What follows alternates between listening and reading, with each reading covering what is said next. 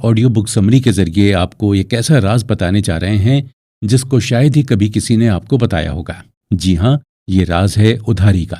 बिल्कुल सही सुना आपने।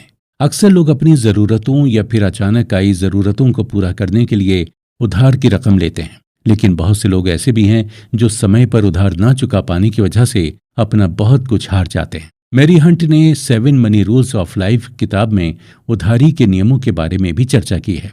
उन्होंने बताया है कि व्यक्ति को हमेशा वही चीज़ उधार या उतनी रकम ही उधार लेनी चाहिए जिससे वो आसानी से बिना किसी परेशानी के वापस कर सके।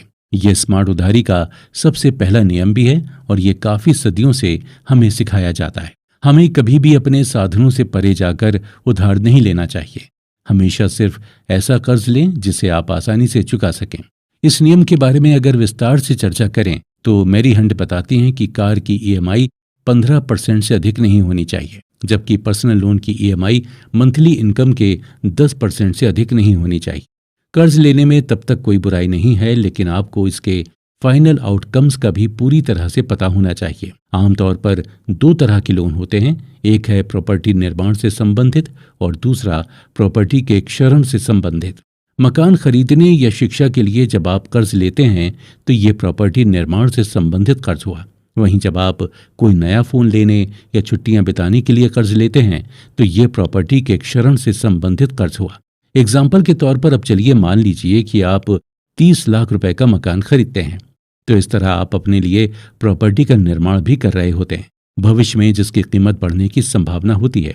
इससे किराए की बचत भी होती है। इसी तरह से जब आप एजुकेशन लोन लेते हैं तो आप रोजगार की अपनी संभावनाओं को बेहतर कर रहे होते हैं। इन दोनों तरह के कर्जों के एवज में आप कर में छूट का दावा भी कर सकते हैं, जिससे कर्ज की लागत कुछ कम हो जाती है।